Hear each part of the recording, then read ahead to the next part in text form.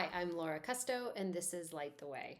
Each week, I show you how to use the moon's energy to plan your life and achieve your goals in as little as 5 minutes a week.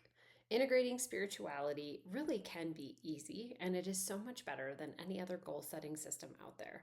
It's less stressful, less work, and less force. It's really just all flow. All right, let's dig in. This is the week of February 14th through the 21st, 2025.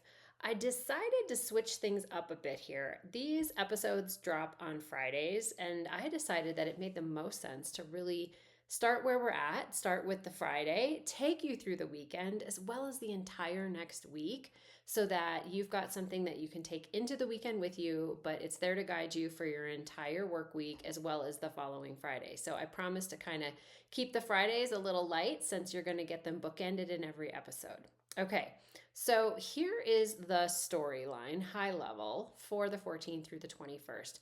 Friday the 14th and on through Monday the 17th, we are still in the active energy of the full moon that we had on the 12th.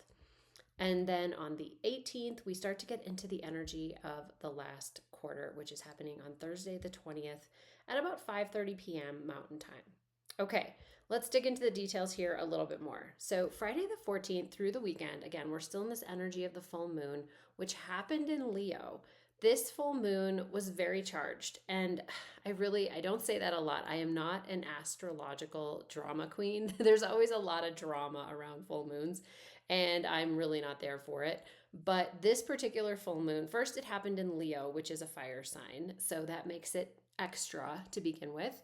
But on top of that, it was making a square aspect to Uranus. And Uranus is the planet of unexpected surprises and rebellion. And so it means that we and others have been prone throughout this full moon energy to doing things a little unexpected, or things might pop up and we just sort of run with them. And then people are looking at us like we have two heads. What did you do? That is so out of character. And so just know that through the weekend, this energy is going to be subsiding, right? Which is great, but we're still kind of in it. So I would keep your antenna up a little bit for that. Also on Friday the 14th, and I mentioned this in last week's video, but Mercury enters Pisces. And Mercury doesn't do so well in Pisces. It rules two signs, Gemini and Virgo. Virgo is opposite Pisces. And whenever a planet is in a sign that is opposite one that it rules, it has a little bit of a harder time. It's just not at home there. And so Mercury loves being in Virgo and Gemini. They're very busy signs. They're productive. They like to get things done, and they have a lot of focus.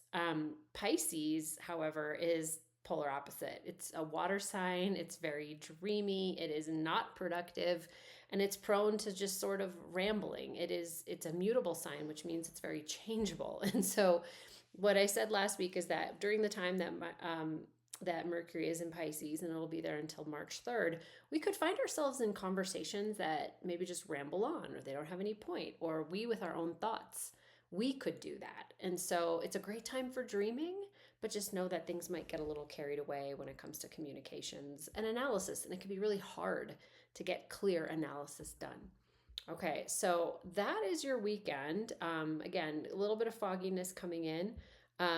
I literally feel like I'm talking about the weather as I say that, but knowledge is power. Roll with it and use it. So the next notable event that we have as we move into the week is on Tuesday the 18th. And what happens then is the sun actually enters Pisces as well. Now, where the sun is at in the sky, it represents the sign the sun is in. Now, I'm going to just throw out some basic astrology here. Anyone who's curious about astrology knows the answer to the question, hey, what's your sign? Just the answer to that is where the sun was at when you were born. Now, the sun moves through the entire zodiac. It goes all the way around the zodiac every year, and it's in pretty much, give or take a few exceptions here, it's pretty much in the same sign on the same day every single year. So everybody knows what their sun sign is. And now, when the sun shifts signs, it represents a shift in the collective energy that we have on the planet. We see shifts in mood, focus, and themes that are going on a global scale. It's a shift in the vibration, essentially.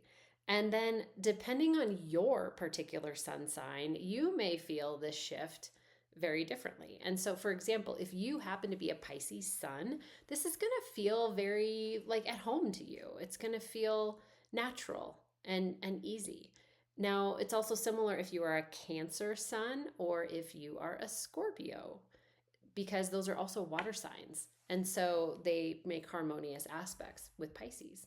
Now, earth signs outside of the water signs, the earth signs will probably be the next most easy to relate to this because earth signs are feminine and so are water signs. So, again, they have some harmonious aspects going on there as well.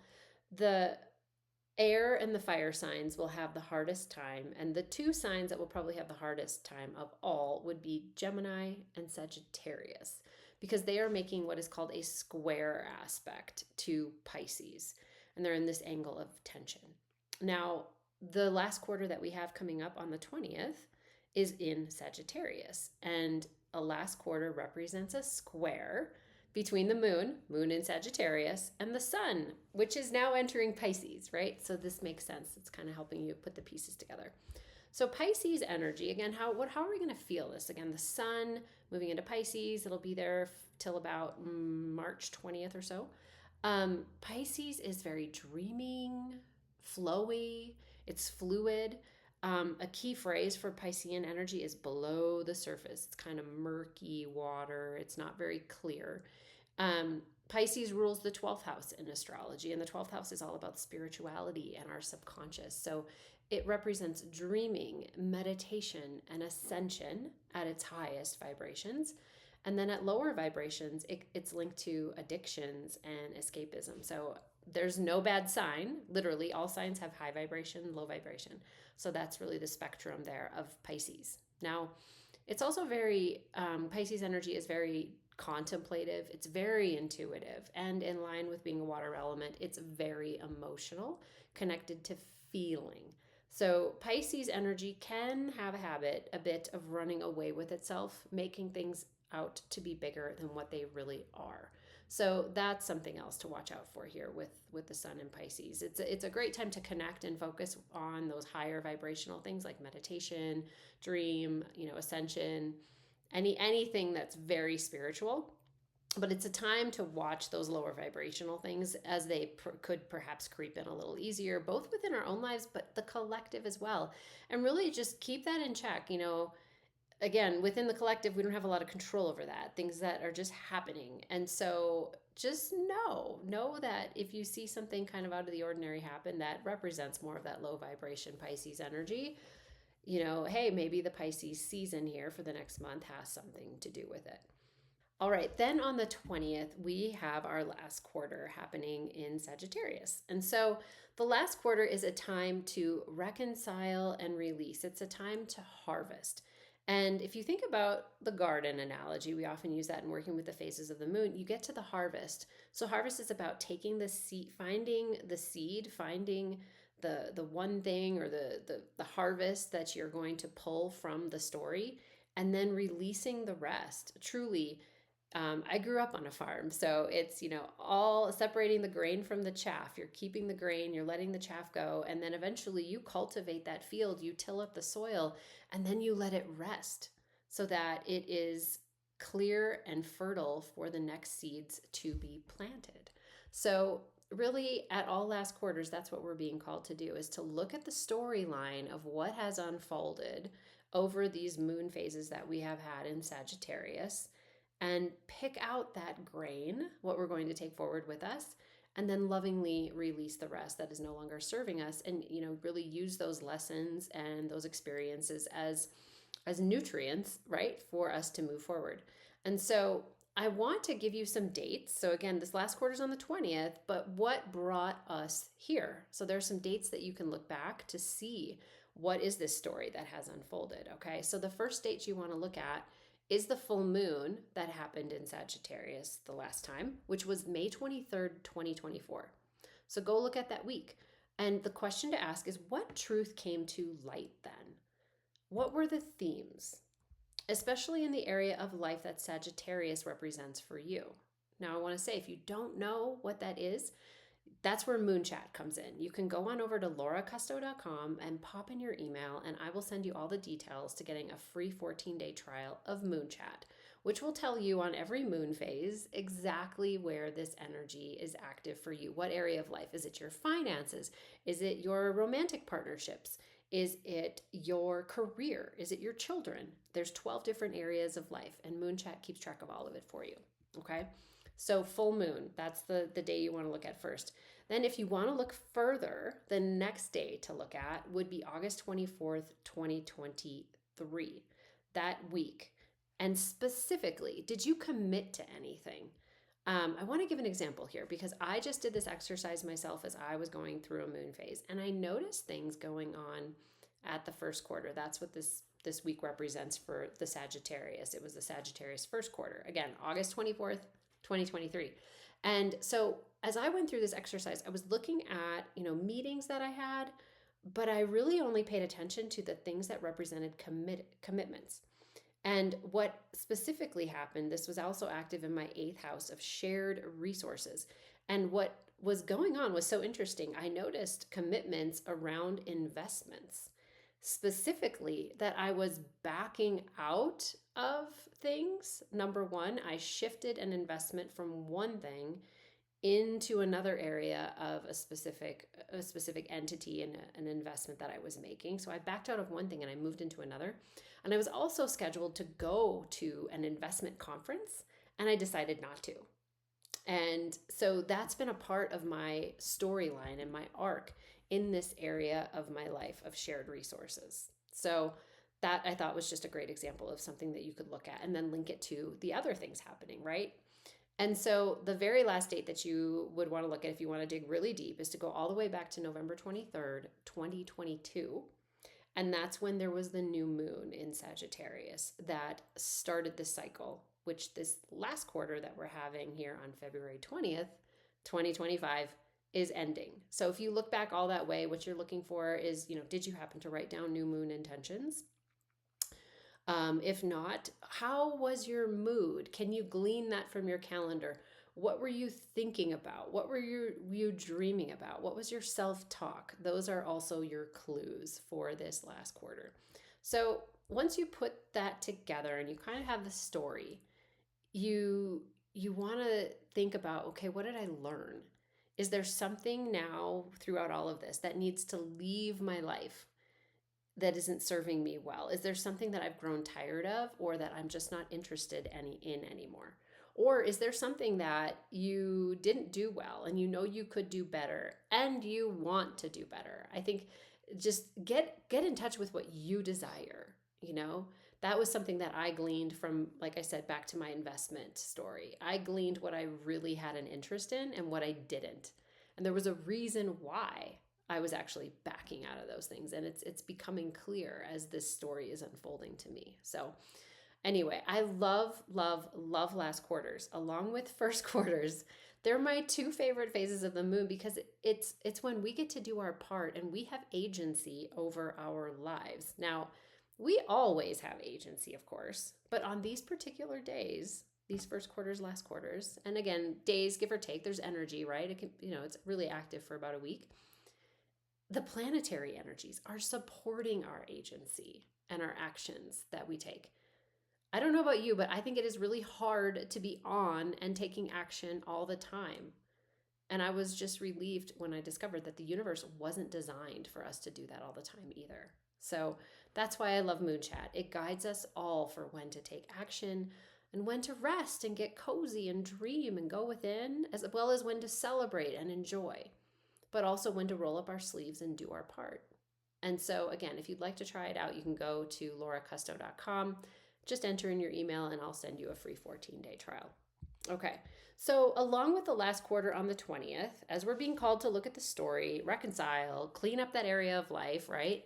We have a challenging aspect. And I do want to go over this because I think that if you don't work with it correctly, it could result in some situations that are not ideal. So what is happening also on the 20th is Mercury is making a square aspect to Jupiter.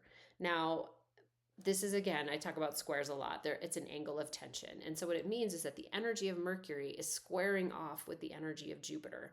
And there's a way to use the energy, but it's if you just sort of go with the flow and you're not mindful of it and you are very reactive, you can be prone to doing things that you later regret. So to top off this energy, we already talked about how Mercury is in Pisces. So it's not in a sign where it's operating at a real high level. Jupiter is also not in a sign that it's operating at a really high level. It's in Gemini. And so we've got these two planets making a challenging aspect, and they're also in challenging places in the sky. And so this energy could come out as getting in over our heads a bit, Jupiter's expansion and Mercury's communication. And so you could make a commitment to something that you later regret. You could overcommit. You could say something that you later regret. And so when you layer that over a last quarter where you're being called to take action, I think you can kind of sense, ooh, this could get a little risky here pretty quick. So here's what I would say is get creative and work with the timing, okay? So the Mercury Jupiter square is happening on the 20th, same day as the last quarter, okay? So on the last quarter, here's what I would do. I would gather the facts. I would look at those dates and write down the story, okay? I wouldn't start to think about it too much and what it means, because I think that the energy is just like the peak energy of analysis and expansion and all that confusion is really high. So I would just gather the facts, get them down, and then come back to them the next day. Mercury moves pretty fast, so the square is going to resolve itself pretty fast. So even the very next day, you can take a look at everything and start to kind of think about, how do I feel about that? Think about, these key moon phases are spaced out 9 months apart for a reason. So you've got some time. If there's something big and dramatic that happened at that full moon, you've had 9 months to really process it and come to terms with it. That's why we have this last quarter at 9 months later. I think the universe is just divinely created, right? Beautifully created. So start to think about that and, just, okay, it's been some time. How do I come to terms with this? And then also, I don't know that I would necessarily have conversations with people unless something is very, very clear. And maybe it's been a theme that's sort of been on your mind, But again, knowing that Mercury Jupiter is pretty active, I would, again, start to think about things, maybe start journaling about it, and maybe even set up some meetings with people, schedule some meetings if you think you're going to have to talk to people about letting go of things or getting out of commitments or just, again, clearing anything out of your life. If it's going to involve another person, you could call someone up and be like, hey, do you want to grab lunch on Monday, right? Or maybe brunch on Sunday.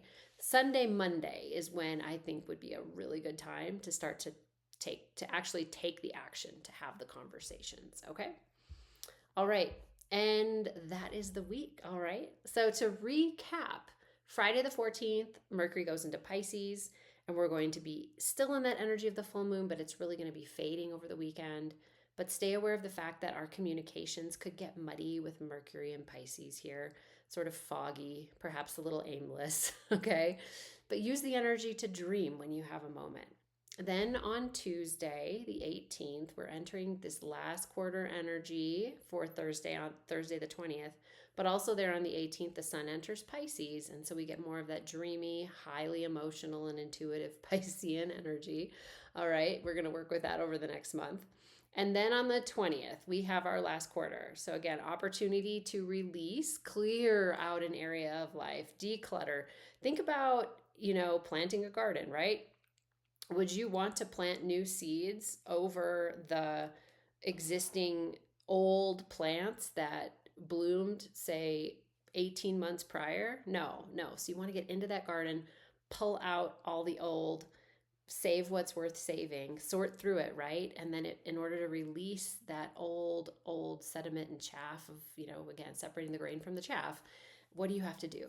Taking that action to clear out that area of life, calm down that area of life. That's what it's all about. But let's wait until Sunday, Monday to actually take the action. So we've got some good level-headed clarity. And I would also say confidence, because you really need to know what is in it for you and why you want to do it. And that'll give you the confidence to, for example, if you do need to put an end to something and it involves a conversation with a person, sometimes that can be hard. But if you are certain of what you want to do, right, it can be easy, and you're not going to end up in one of those situations where perhaps you end up overcommitting, right? That's that Mercury Jupiter square energy that is still active, right, in the collective. So we want to be careful with that. Okay. All right. So I hope this has been helpful. Thank you so much for watching. And if it resonated with you, I would be so grateful if you would leave a comment or leave a review. I would love to hear from you. If you have any questions, those are also great. But if you enjoyed this, please subscribe and share it with your friends. And I will see you next week.